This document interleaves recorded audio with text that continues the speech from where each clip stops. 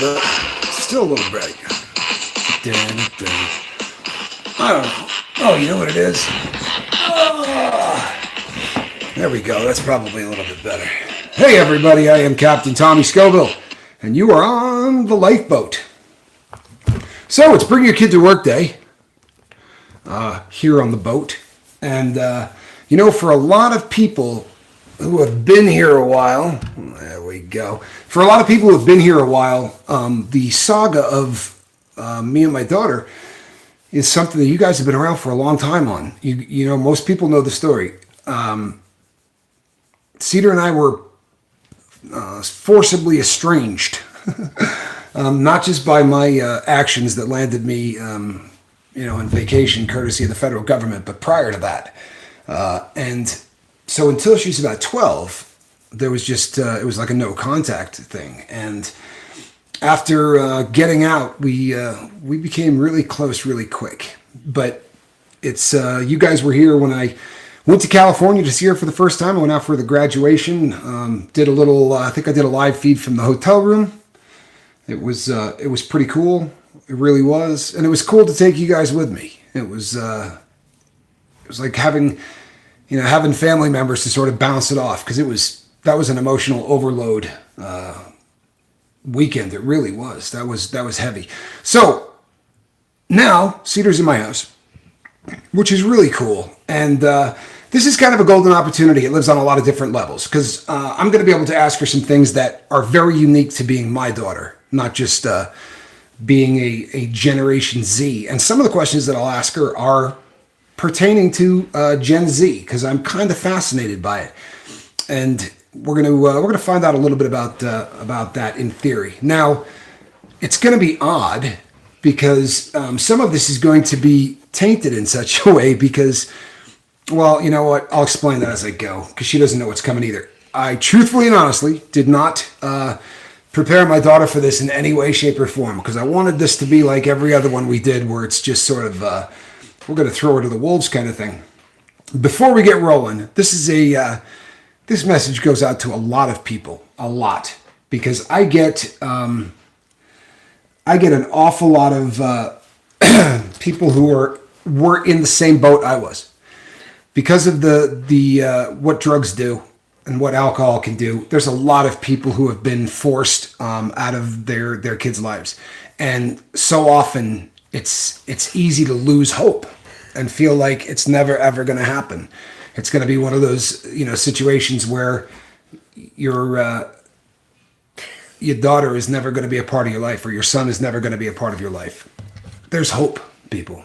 If you feel like that's you and there's no hope, I want you to know there's all kinds of hope. As long as you're still breathing, right? And as long as you're staying sober, there's hope. Good things can happen, I promise you. And on that, what do you say, kid?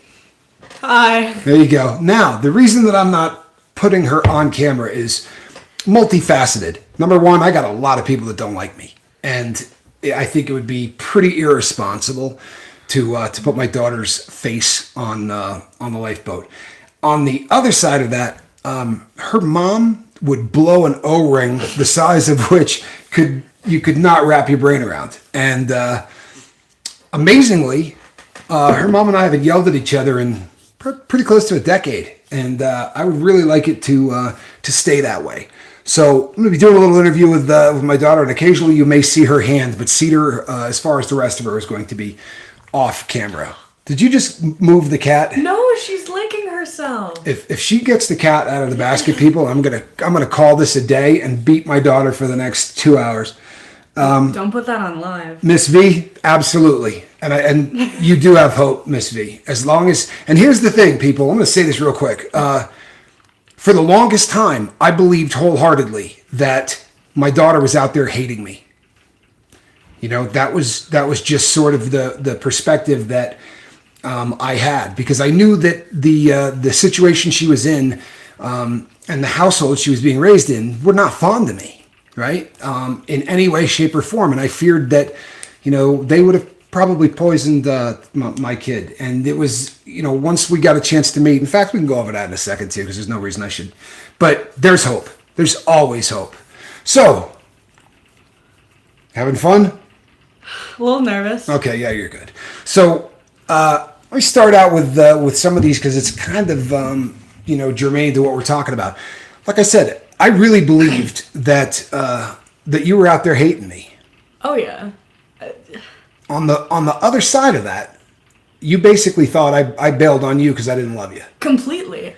So not just for the sake of anonymity, no specifics, but from a pretty young age, I knew that you were not going to be in my life for a few reasons. And when you aren't given specifics of incarceration or otherwise occupied with drug use, Right. you start to kind of internalize that. I've got some physical health problems, and you almost start to, as a kid, really black and white thinking. You start looking, well, what did I do that's not like the other kids? Because other kids have dads. Other kids have ways that they get to see their parents, all of them. And I didn't really get that, so I had sort of rationalized that I had to have done something to cause that. Yeah, it's heartbreaking. But I think it's kind of an important point because, like V, you just build this image in your head. And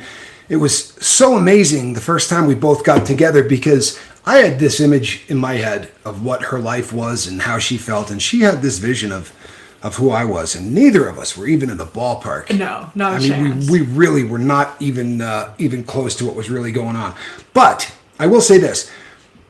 From about as old as, coming online, like about the time that you were a sentient being, you were well aware of the fact that your mother and your father were both drug addicts. Oh, completely aware. Kind of a bizarre thing. It's...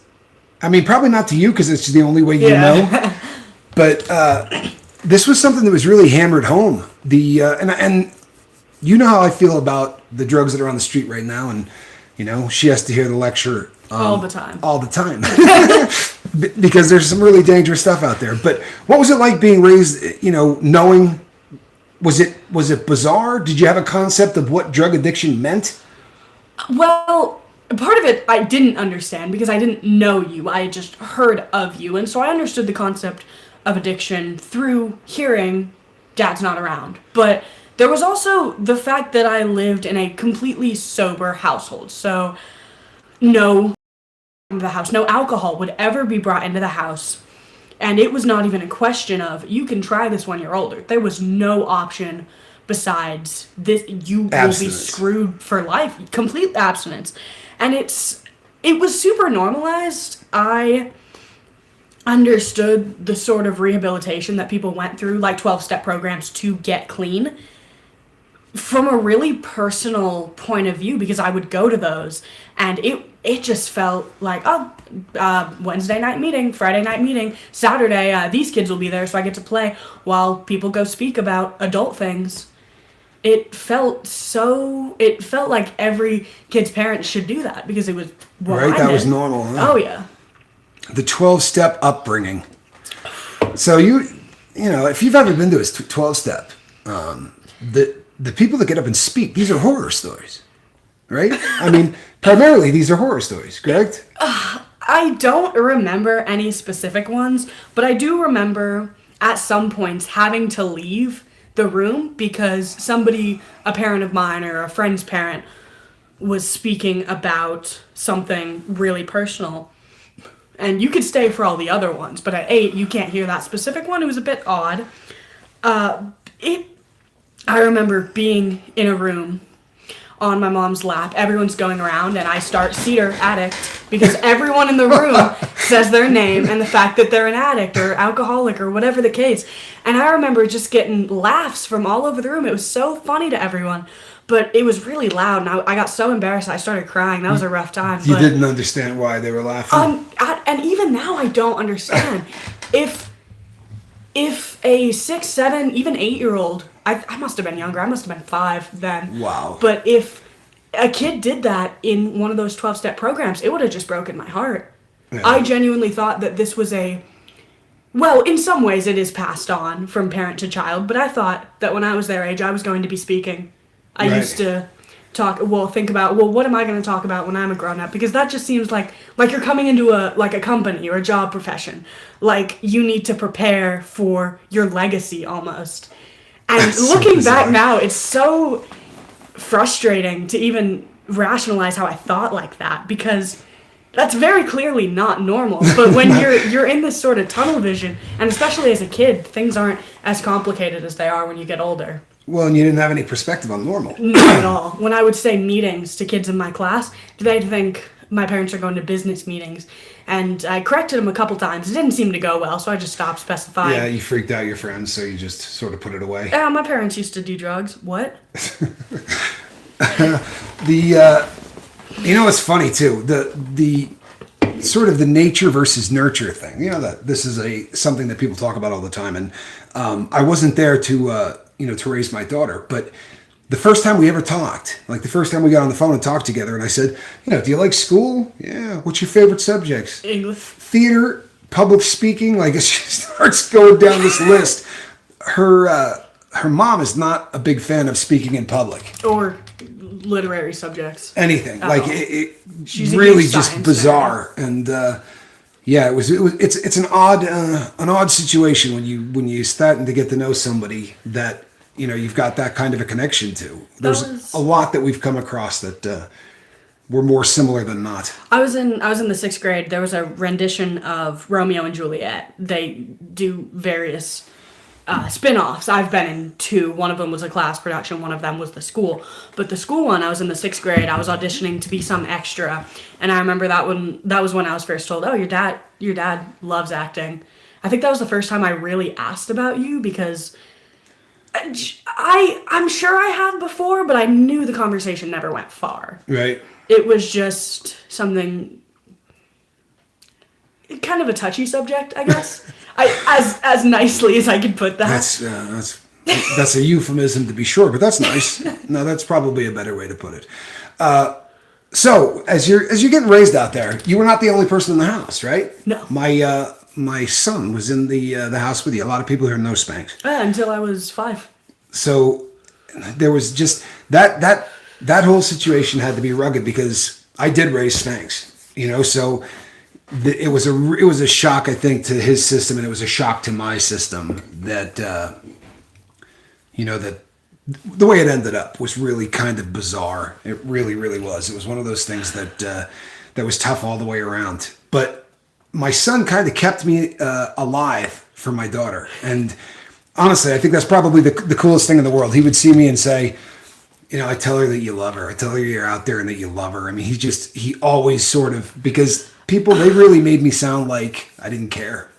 I mean, and I do remember Calhoun telling me that, but it's really hard to absorb when you don't have physical evidence that it's happening. That sounds so depressing, and I don't mean for it to, but I mean, as a kid, seeing, with the exception of stuff like Santa, but seeing is believing. Right. And if you are being told that this mystery guy who can't come around and doesn't come around is still absolutely dedicated and loves you, you're not going to believe that until you see it. Right. And it probably took me, maybe it was when you got out when I really fully started to understand it. I could conceptualize it at 12, but I didn't get it at all. It's but again, with the having hope people, I would lay in a prison cell, and in my head, I would run through the scenarios of maybe her graduation, like I could crash that event, and I knew I would be out in time to crash that event. You know what I mean? Like I kind of had it. I ran through all of these scenarios in my head of how I could just show up. You really don't have. You just don't know what's going to happen. And if you would come to me, let's say my 3rd or 4th year into this sentence, if you would come and said, this time next year you're going to be emailing your daughter every day, and the two of you are going to be communicating. I wouldn't have believed that for a hot second. Not at all. I really would not have. It was such a shock to the system. It really was. Now, you are not a millennial. This is a mistake I make constantly, apparently. We had an entire discussion this afternoon. I had to show you a website to prove it to you. So you are Gen Z, Generation Z. which is 1995 to 2012, I believe. So Or not quite as 1990. worthless It's actually more. We're more worthless. as the millennials. I'm kidding. There's nothing wrong with millennials. Way to ruin Calhoun's gen. No, I know. I'm just being a wise guy, but I'm fascinated by your generation. I really am because I'm older than dirt, and It's true. when it is right. So when we were growing up, computers were not a thing. I mean, for real, they were not a thing. You might have known somebody that had a Commodore 64 in their house, but there was. Sounds like a dinosaur. It was.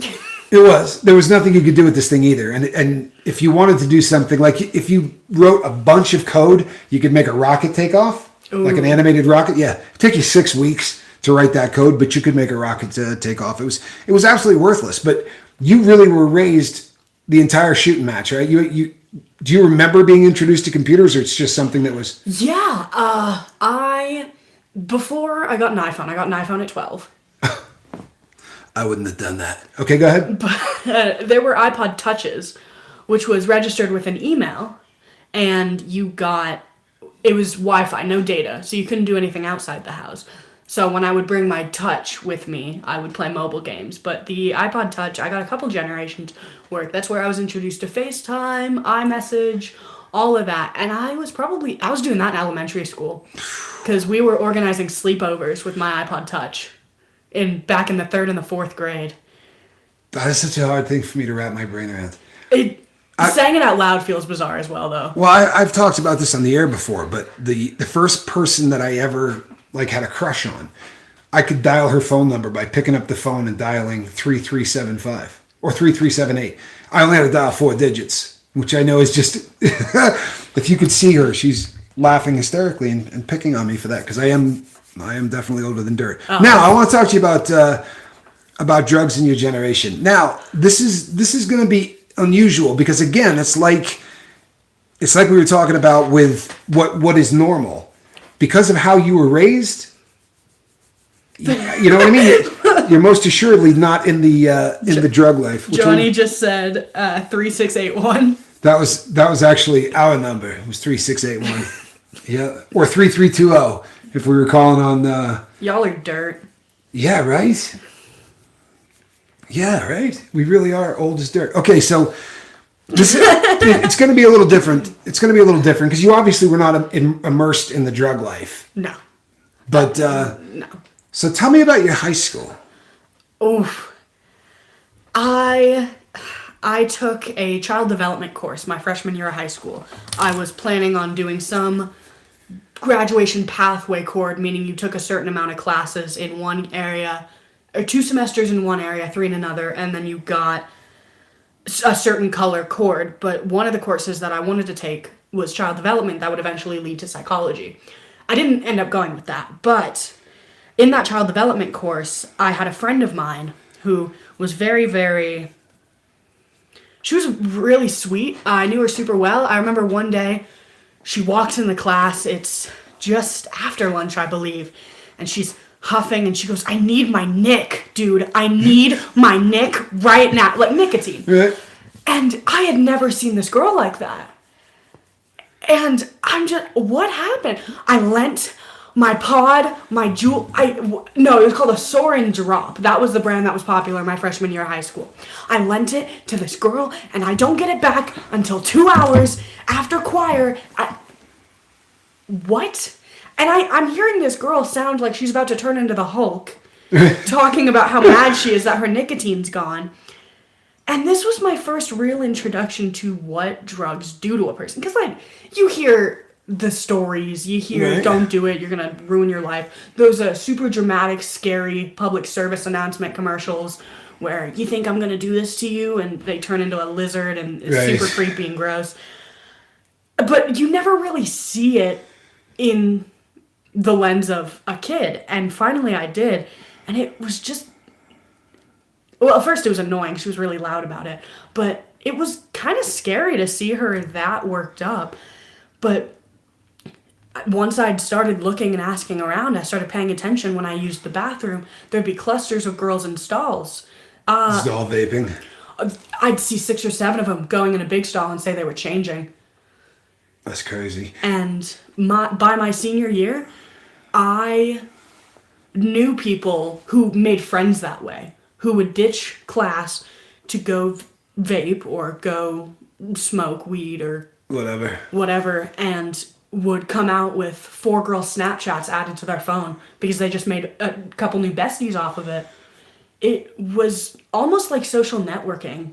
You know, that's been going on forever. Yeah. I mean, it really has. When we were growing up, we had the smoking area, right? It wasn't vaping, it was cigarettes, but as far as the networking thing goes, and I've talked about this on the boat before, but if you're an athlete in high school, it requires, going to practices, and if you're into theater, it means going to rehearsals, and so you've got the theater kids, and you've got the the sports kids, and you've got band, and all of these things require some kind of commitment, or you could just get stoned and instantly have a crew. Yeah, it's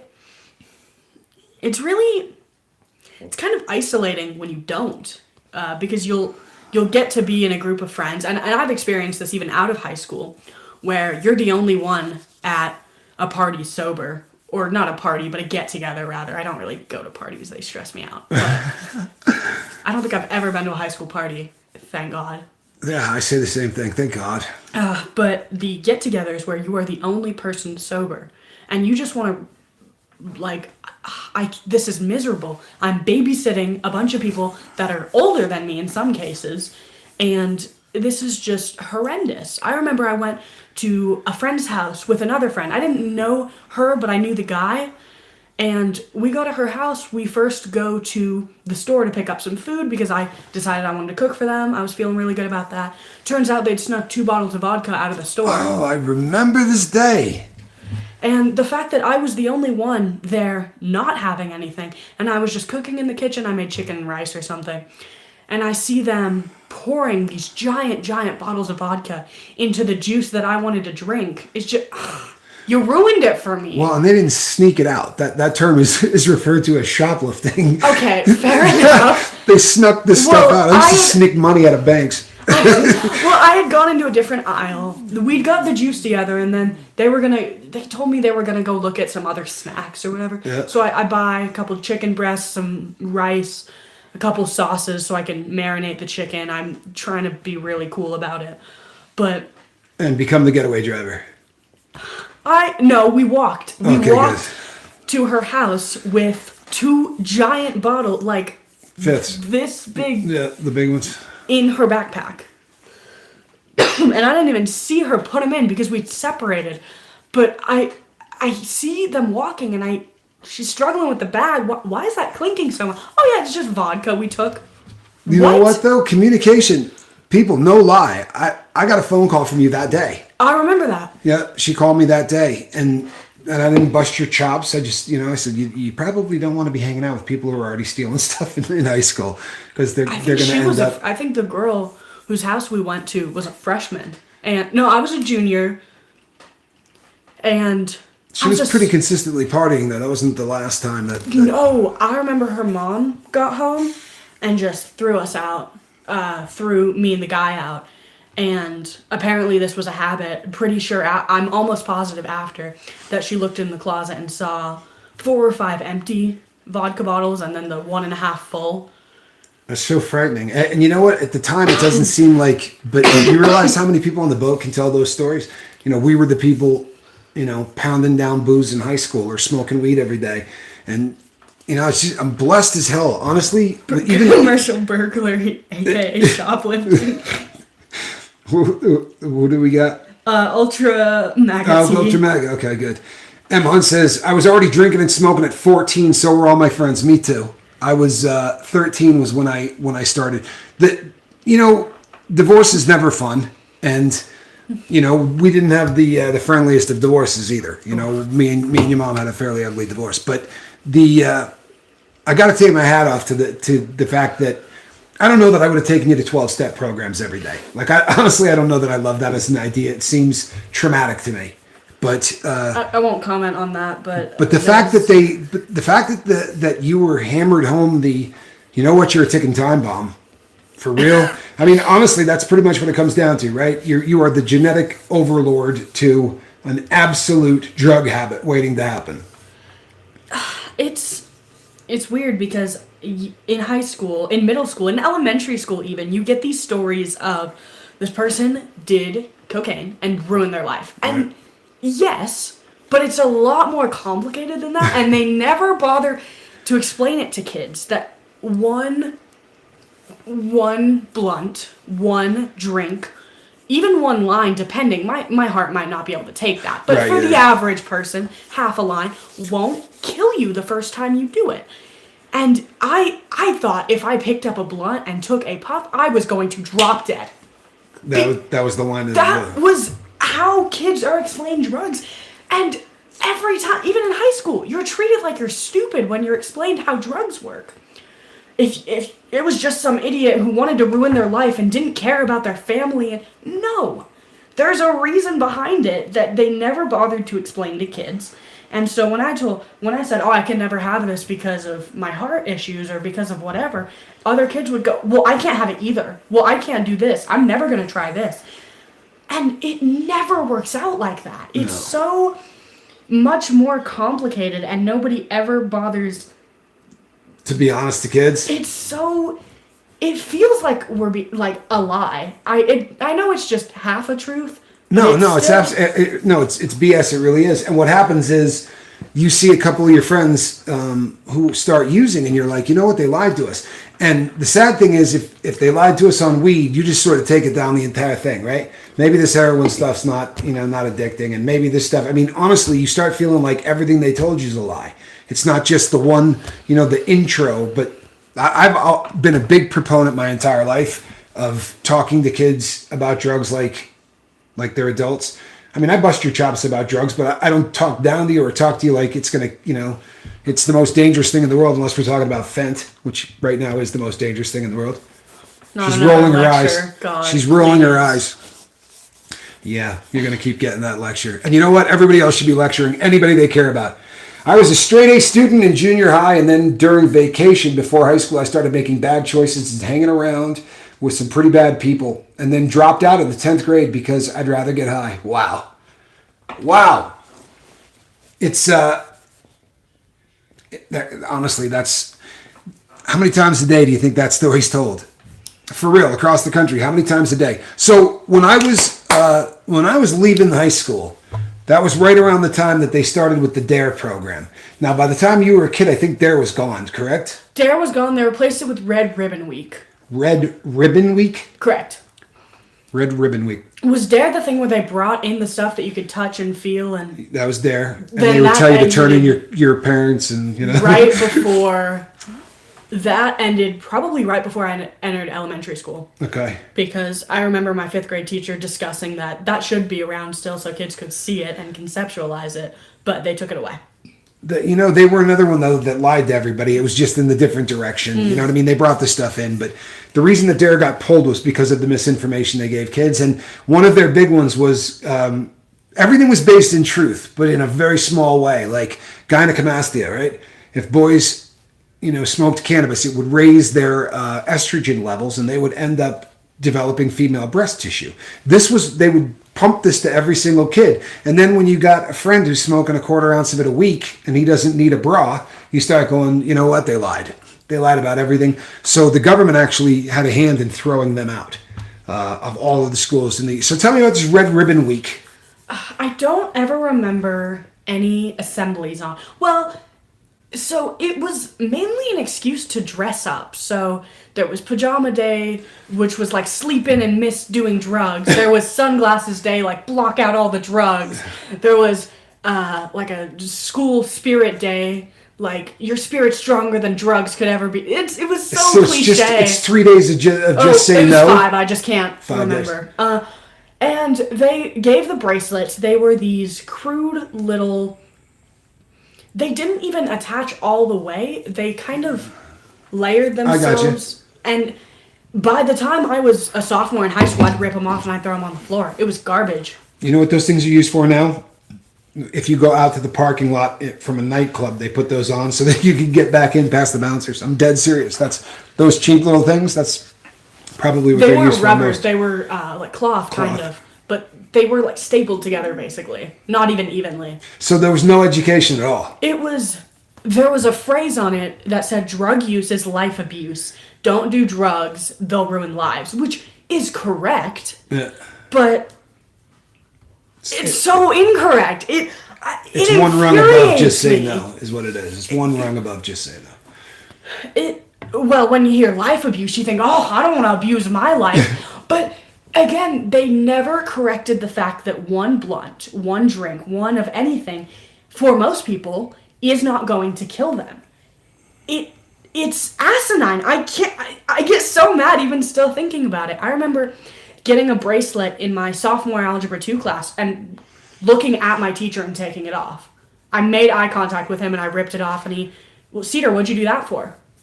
Because this is BS. This is garbage. And I said that to him. He was like, well, I would like somebody in the country who came up with Red Ribbon Week to tell me how many kids that has saved. It doesn't say that, yeah. Dennis N says, does anyone remember the movie Blow? There was a guy named George in it. George is in the federal system. He may have passed away, but he was in Connecticut. He actually, one of the nicer spots in the federal system is where George got taken to. His last name was Young. He turned out to be, he liked to help the authorities inside the prison system. So they had to take him someplace where he wouldn't get rubbed out. Darien, Connecticut is the yard he was on. But yeah, a real guy, to be sure. That story was all based on the real stuff. Schrodinger's Squirrel says propaganda. And you're right. And sadly, it's not even decent propaganda. I mean, I'm not an advocate of propaganda at all. But to give them nothing, is... And this is really, my heart lies in this. It really does, because I have always been of the firm belief. Oh, Miss Dragon says, you guys remember Straight Edge? Boy, do I. For those of you that don't remember, that was a movement that went the exact opposite. Like, they're not using anything. There won't be a cigarette. There won't be a beer. And they were militant about it. Sadly, it also morphed into some really hateful stuff. You ended up with a lot of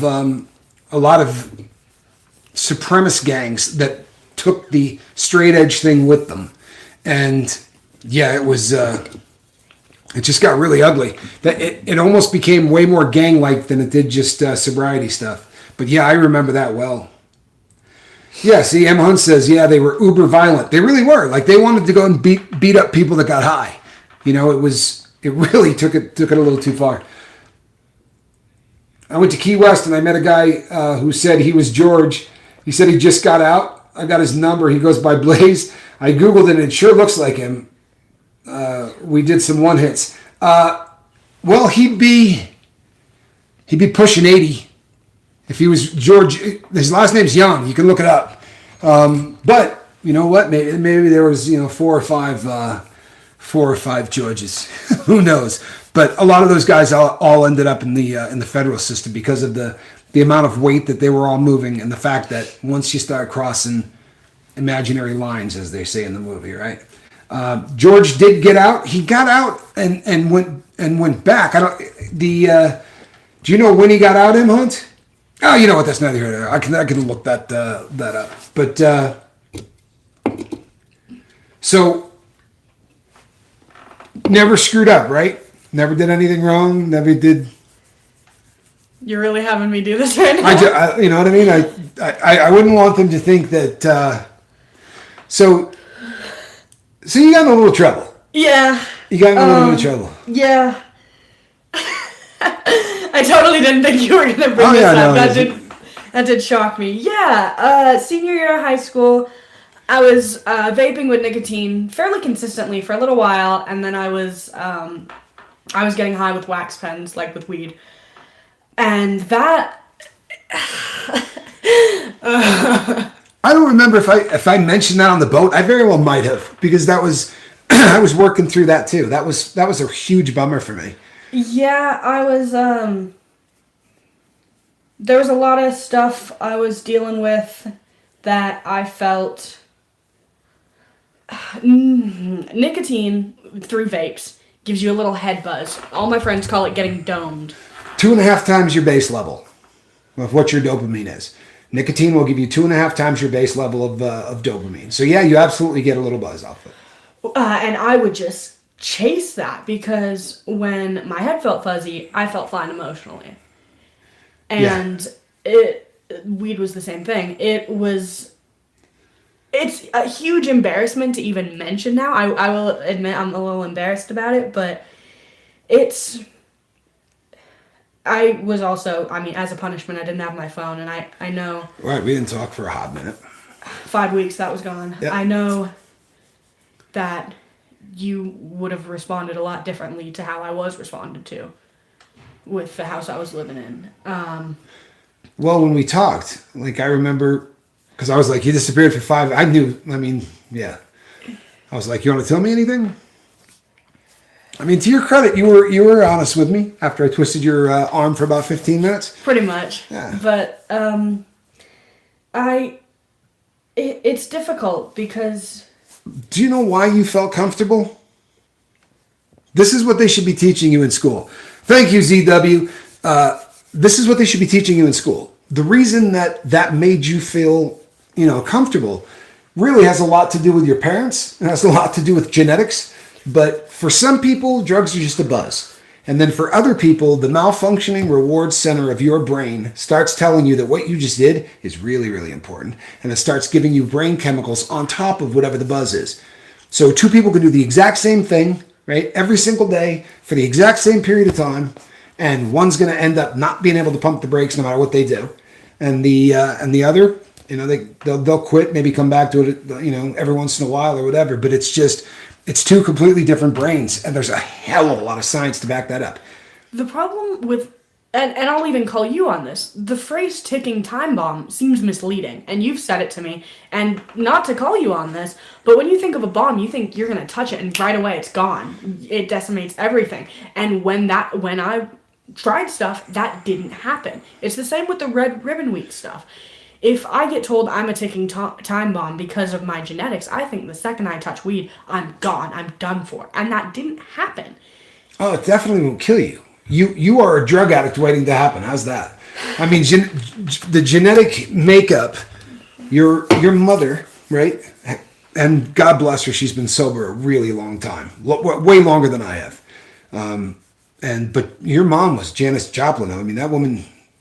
she was good. She was not a very big woman, and she was good for between 1/5 and 1/2 a gallon of bourbon a day. And I swear to you, I am not kidding. And that went on for about 7 or 8 years, that it was just a nightly occurrence. And she was pretty fond of opiates.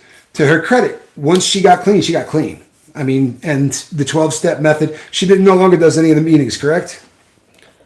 I don't think so. I haven't been to one since I was probably 11. Did you miss them when they stopped going? See, the problem with the fact that you get older is that all the kids that you went with stopped coming because they had sports, they had youth groups, whatever they needed to do, and it was like I was the only kid going, and I would just sit in a room. I remember this one that I went to pretty specifically. It was like a Bible study room for preschoolers. Right. And I would just sit and look at the quotes on the wall and read all the books and do all that. And it would get so boring so quickly. And then I would bring my own stuff. And then I'd get bored, but I can't go in there because somebody's sharing. And it was just, I could have just stayed home alone at that point. Right. It was super, super boring. And no, when they stopped, I will say there was this burger place we went to before we went. So I did miss that, but that was it. You know what? I'm torn on the whole thing. I really am. When I try to think about, I like the fact that you had a pretty good handle on what this meant. That I don't know if I did. I think you had a better handle on it than most people. The most kids your age, to be sure. It's like you said. This was the normal for you because you didn't know anything else. But I don't think the average kid knows what a drug addict is at 6, 7, and 8, and realizes that there are people out there, unless unless their parents are in treatment, this is not something that comes up very often. And I don't know how many parents who are in treatment just go, yeah, jump in the car, I'm taking you down to the meeting. Like that is bizarre to me. I'm not passing judgment. I think it's really, really odd. It's I don't know. I mean, you get such a narrow perspective as a kid that everything just feels normal. And then when you realize that this isn't what kids' lives are like, you're living a very different life. It's not really a slap in the face. It's like cold water to the face. You get to see what's out there. And although I will say I didn't get nearly as much I didn't get any of that resentment. Well, why aren't my parents normal? Any of that. It wasn't so much of that, luckily, but the way that I was exposed and the way that I wasn't exposed to how, I want to say normal parents, that sounds mean, but normal parents were, there very well could have been a lot of just grown resentment from the fact that I didn't get a normal childhood. I mean, I did, but I didn't. Yeah, I don't know that you did. I mean, it was normal to you. Normal to me. It wasn't. So what was the shocker like kid. at 12, right? So at 12, you tell your mom that, look, I want to know my dad, right? How much of a bummer was it when they told you where I was? I knew you. I didn't. I had been told you'd been in and out, and as far as I knew, you were still there, and it wasn't much of a bummer, honestly. I finally got to email you. I could take whatever I could get. And then we get on the line, and I'm talking to you, and I remember talking about my school day, and all of a sudden, this call is from a federal prison. And it muted whatever you were saying, and that just bummed me out. I will be honest. That was a little depressing. And by the end of our calls, every time the lady would say that, we'd just start yelling at her. Shut up! We don't care! Yeah, they really do that every 4 minutes. Like you're going to forget, where you are or where your loved one is, And then you're finally into the conversation, and then you get that, and then you'll forget your conversation and waste 30 seconds of a timed 15-minute call trying to remember where you left off. It was a little disheartening, but, I mean, you get used to it. I could almost... This call, you could count down after a while. Yeah. I remember being terrified when they said that, you wanted to talk to me. I was like, man, I think I'd like to just hold out maybe a year or two more. Like I didn't like the idea that the first time I talked to you was going to be on a prison phone. Like that I stressed over that like I can't tell you. I will say that I was also stressed, but I was stressed because I was the one making contact. I assumed you'd say no. I really did. I thought you were going to be like, what do they think? I'm going to talk to this kid? Oh, man. Forget it. There's none of that. I was definitely nervous that I was not going to be the kid that you wanted me to be. And that, I mean, you hadn't seen me grow up. But you could still, at 12, go, well, I mean, maybe I didn't do it correctly. Maybe when he talks to me, he's going to... I remember I was texting a friend and talking about, I think I'm going to get in contact with my dad. Or this might have been a year before or a year after. I don't know. It had to be a year before. But I remember wanting to meet you. And she goes, well, what if he has another family? What do you think, you're just going to walk into his life? Well, you think you're just... What a nice friend. Yeah. Seriously. She was friends like that. What if he has his own kids? What if you're just that one kid from another family or from another life? Before I could conceptualize, this guy's in prison, I was a little scared that you'd have a whole life without me. Yeah. Cell block 6. Whole life without you. For real. I will say this: I remember the first phone call like it was yesterday, because the little voice goes away, right? Do you accept this call? Yeah, right? you push 0 or whatever. Right, from a federal inmate, and I said, Cedar, how you doing? And you went, I don't know. I don't know. But you know what? I think we've come a long way fast. I beat the hell out of myself. I don't know if you have any idea just how much I beat the hell out of myself, and And it's not like if I was out, we would have been hanging out. I mean, it was structured in such a way that I was not going to be allowed anywhere near you. And it was... That's why I figured even if you were out,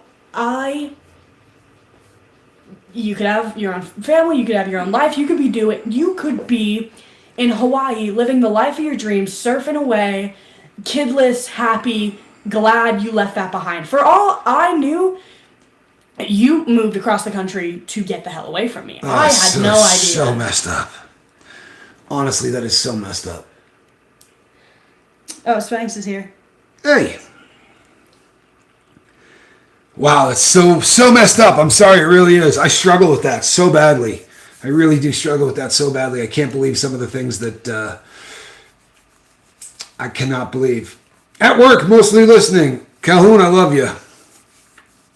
And she's full of crap. You all right? Yeah. Okay. This is I really struggled with so much of how that went down. And you know what? It was harder after. So you get out, or I get out rather. And I was gonna say, let's be careful here. Sorry about that. It was me that got out. But all of a sudden we could FaceTime. Oh my gosh. And that was really a whole lot different. And I mean instantly. Like it really just. I mean it was like. Well, I understood you well enough through your emails. You're a really verbose person, but you can't really chalk that up to a whole personality until you see the person. And then as soon as I saw you, I was like, oh, all those things, that makes sense. That adds up. Much more clear. Well, you know, the other thing is that, so you're told that I don't care, right? And that's kind of the picture you have in your head. And everybody on the boat knows that I'm an emotional cripple. You know what I mean? Like I'm prone to. Thanks for that, by the way. The genetics, I don't appreciate that at all. I'm prone to tears probably a little quicker than the next guy. But the second that the FaceTime, you know, the second that you came on, I lost it. I couldn't keep it together. It was so awkward. I was just sitting there watching this man cry. Like, you okay, bro? But you know, there goes the narrative. Right, here's a guy that doesn't care at all, and I assume that I really looked like somebody who cared. You were looking like a mess. Yeah, it was a mess. I really was. I was a mess, and it took a long time. I mean, that went on about every phone call for probably a month and a half. I would call you. I'd be like, "Is he gonna cry this time?" I'd be like, hold on, let me step out of the room so that if somebody walks in, they don't hear, I'm just really glad that you're back in my life. Oh, thanks for that. I really I'd appreciate get headphones that. Just in case. I really appreciate that. I told the story of sometimes I'd be at other people's houses and be like, oh, let me like shoot a quick call to my dad, and I didn't want a really good friend of mine back in high school to be like, why is that dude crying on your phone? For a half hour. Did you call him ugly or something? Right. Like, is he just really, really emotional? It took a long time to get it over. It was. I remember one of the times that you weren't. I was like holding my breath, and then you didn't cry. I was like, yes, we're good. And then I said something, and then I made you cry later in the call. I think you still do that from time to time just to be a wise guy. Like, I don't mean to. No, every once in a while I know that you're just like, let's see if I can still get him to cry. No, that's not intended. She's lying. He's lying. No, she really does that. He is so full of it. That's no lie. Oh my gosh, then, Tracy, neither did I. What's that? Tracy says, I didn't see my dad for 12 years. That's, you know what, she saw me when she was probably 2, but, you know, not that there would have been any, any memory of it. Spank says, you guys are a riot together. I'm grinning from ear to ear. He's a liar. She reminds me so much of my daughter. Very similar the way they talk. You know what? There's a lot of truth to that. There really is. There's a lot of truth to that. Hi, Uncle Johnny. Yeah. Did you catch that? You got a hi, Uncle Johnny out of that. This was, and you know, what was really funny is so many people reached out and said, you know, I really want you to put to put your daughter on. And, right? Even last year, Cedar used to come on a lot of the lifeboats. She would pop on and got to know a few people, and then it just got weird. You know what I mean? Like the trolls were. There was. Yeah. It got to a point where he would go, "Hey, skip out on this one. I think it's gonna be bad." Yeah, bail. Oh well, I don't have work tonight. I wanted to listen to the live before I went to bed or after I finished this homework assignment, but it was getting ugly. It was weird. There's a lot of freaks out there. There really are. There's and even now, he told me like, "Oh, I'm thinking about having you on the. You want me on the boat? You want me on the." Yeah, not your face. Thanks for shocking me with the questions, by the way. In case, since you didn't catch that, she's in a chair like I am, the kind that you can lean back in and it stops. I don't think she was aware of the fact that leans back. Oh, that's so embarrassing. I wish they could have seen it. Because it was so funny. I do that like 3 times every time I'm in a chair like this, too. That was just the first one. That was really, really funny. It really was. My brother says, my daughter has never shown her face on the bus. Fantastic. Chess Rockwell says she needs her own channel. I'll tell you something. Oh my God. I have had that conversation with her. My mom had dementia the last 5 years of her life. It was horrible watching her go from such a strong, smart woman to having dementia. I am so sorry. And you know what? Trying to, honestly, that to me is just one of the hardest concepts. One of the hardest concepts to even wrap your brain around, because you lose so much, and it's I feel really blessed at how my dad left. We had a great conversation the day that he checked out, and that's a bummer for me that because my dad just would have dug you, like the two of you would have gotten along so well, and I feel like we really got kind of rooked on that, but. Yeah, I could see you. I could see you with your own channel. I mean, I've thought about it, honestly. Like, we talked at great length about how I would do that, what I would kind of... Because there's a couple of... Yeah, I mean... Psychology's huge. Right. But even now, I don't... Looking back, I don't think I could do it. It's...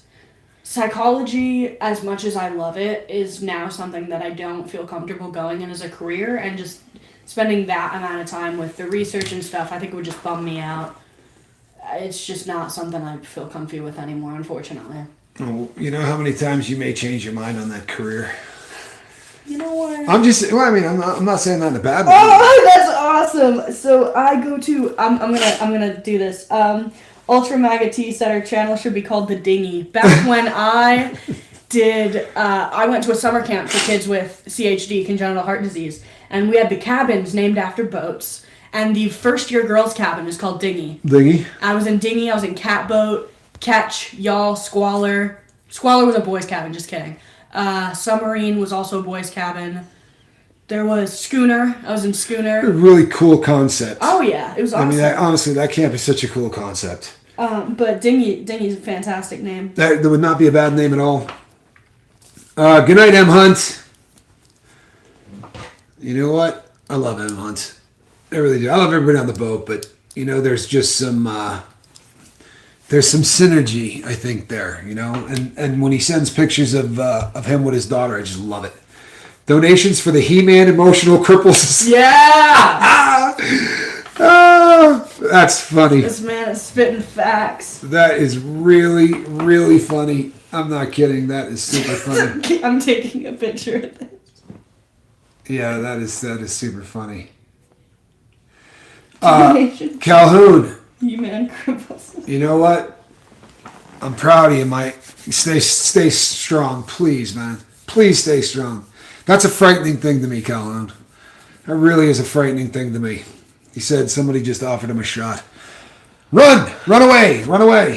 Just say no. It's that easy. Well, and no, seriously, but that's one of those things where you say no. And not ever again. You know what I mean? Like, if you communicate that well, most people are good to sort of just leave you alone. But you know what? Oh, Spanx. That's my kid. He's predictable. If nothing else, he is absolutely predictable. Okay. So Cedar is cooking tonight. I am. So I say not today. You know what, Dennis? That's awesome. That's a solid thing to say. You know what? Not today. And tomorrow I'm going to say the same thing, right? The one day at a time concept really works. That's what I said. She was stoked on it. Well, good for you, man. I mean it. Are they stoked on me? And yeah, it was a pretty cool. This was a cool thing. True story. This was a lot more comfortable than I thought it was going to be. I was pretty freaked out by this, and I don't get freaked out by. I was so nervous. Yeah, I don't get freaked out by coming on the air, but I was. He was watching me pace for about 20 minutes, trying to. She's lying. I was pacing right behind her. One day at a time is a way of life. There's no question. There's no question. I'm trying hard to move forward with the move and a new life with the lady. I'm still clean, fighting. That's all, making it rough. Chuck Norris, we're always here, bud. You know we're always here, and keep fighting the good fight. Keep fighting the good fight. I know what that meant, Calhoun. What am I, 130? Come on, dude. No, you're 144. Yeah, I'm not that old. Charlie, thank you. Appreciate that. You know what? Yeah, she carried the show. Fortunately, this is my daughter is pretty comfortable with public speaking, which I think is probably Give me a minute and I'll be okay to do it. Just kind of a give me bit of a second. genetic thing. It probably came from that. Brandon, I will reach out to you tonight. I would like to make that happen sooner than later. So thank you, Virginia. Appreciate that. Alrighty, everybody. I'm gonna go force my daughter into the kitchen like a. Actually, I asked. You what? I asked to cook. Oh no, but now I'm forcing you into the kitchen, right? Like go get on that. I don't want to be eating at 8:00 at night. Make me a sandwich. Yeah, that's not what I had in mind. Thank you, CK. I appreciate that. You know what, everybody? If you're in a bad situation and you think that you're never going to see your kid again, don't lose hope. Don't lose hope. And you know what? If you think so much has gone by that you're never going to be close, I cannot tell you how off the mark that can be. You know, I don't know how we could have gotten closer. I really don't. If I had been there to your whole childhood, I don't know that you would like me the way you do now. You know what I mean? You got to meet me sort of at a peak, not a valley. Alrighty, people, we will be back tomorrow morning at 5 a.m. Maybe I'll just drag you out. You would. She hasn't seen 5 a.m. in her life. You're so full of it. I have seen 5 a.m. when I stay up that late listening to podcasts. That doesn't count. I'm talking about getting up that early. All right, people, between now and then, take care of yourselves and anybody you love, eh? That is a cat in a basket. She doesn't look very happy today, does she? No, she's so good. All right. Good night, everybody. We love you. You got a good night? Bye. Yeah, it's a little weak there. Bye.